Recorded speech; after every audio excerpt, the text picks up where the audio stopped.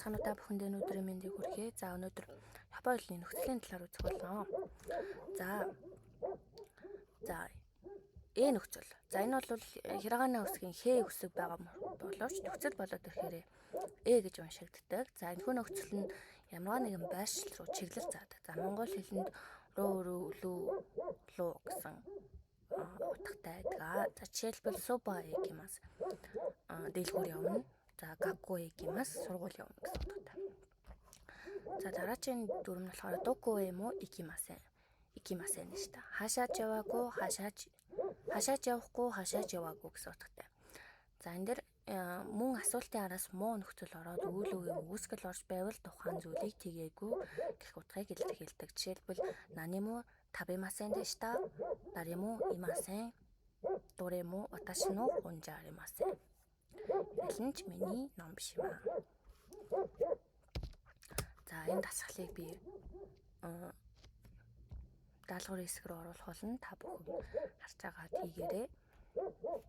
За энэ доор нь болохоор хэрэгтэй үгнүүдийг бичсэн байгаа. За энийг бас оруулна. За дараагийн нөхцөл бол О нөхцөл байна. За О нөхцөл болохоор ямарваа нэгэн үгийг үйлдэж байгаа үйл өгөмөрд ордог.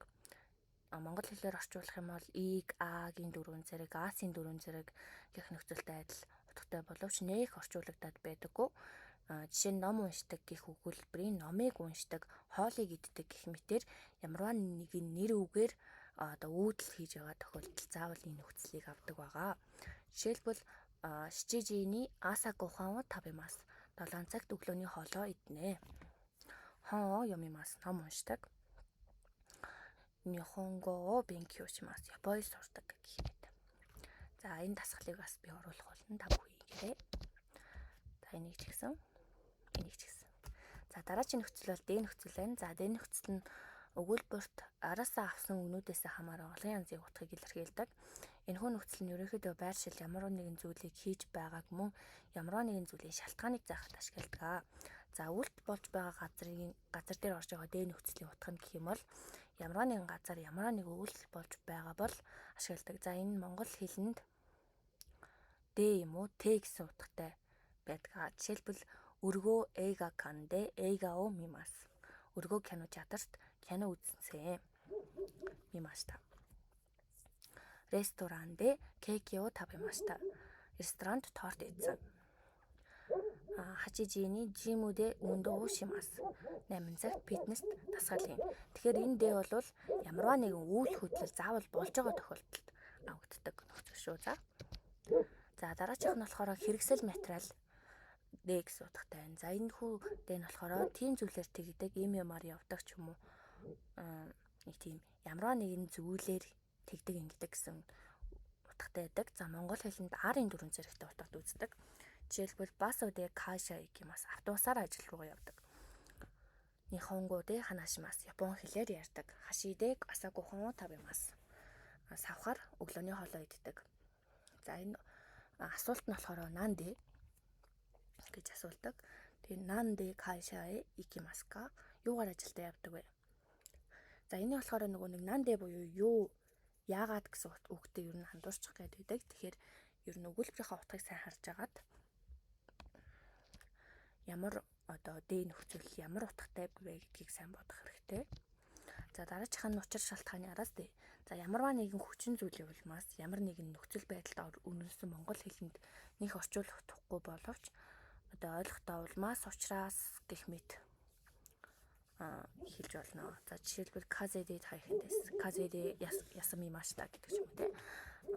Ханиадны улмаас ханиадтай учраас хэцүү байна. Ханиадтай учраас хичээлээс чөлөө авсан гэх мэт. За ер нь бол нэг ийм 3 нөхцөлд ашигладаг байна. За энэ дасгалыг бас би даалгавар хэсэгт оруулна. За дараагийн нь болохоор тоо нөхцөл байна. За энэ нөхцөл нь болохоор болон тай хамт гэсэн утгатай. За асуухта дарито. За кино укаасан то дебатовэ икимашта. Өчигдөр ээжтэйгээ хамт ихтлгүүр явсан. Ваташи ва мира-сан то нихон э икимашта. Би Миллертэй Миратай хамт Японд ирсэн. Ваташи ва аса сакана то ご飯を食べました。Би өглөө загас болон будаа идсэн. За энэ дасгалыг бас оруулах болно. За энийг бас. За дараагийн нөхцөл болохоор ёо нэ. Энэ болохоор өгүүлбэрийн төгсгөлд ордог. Тэгээ харилцаж байгаа. За ёо нь болохоор тухайн харилцаж буй хүнд шинэ мэдээлэл өгөх. Тэр хүн тухайн зүйлийг харж мэдрээгүй, үзээгүй, мэдэхгүй зүйлийг ерөнхийдөө хэлдэг.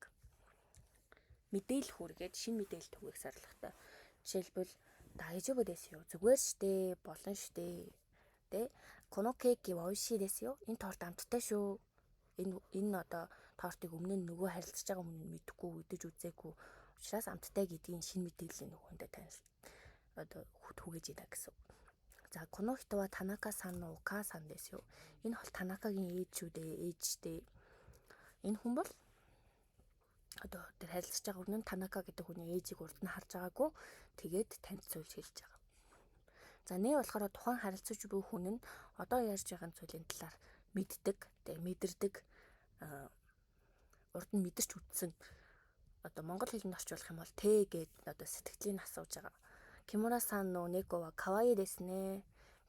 Кимурагийн мөр хөөрхөн юм а те.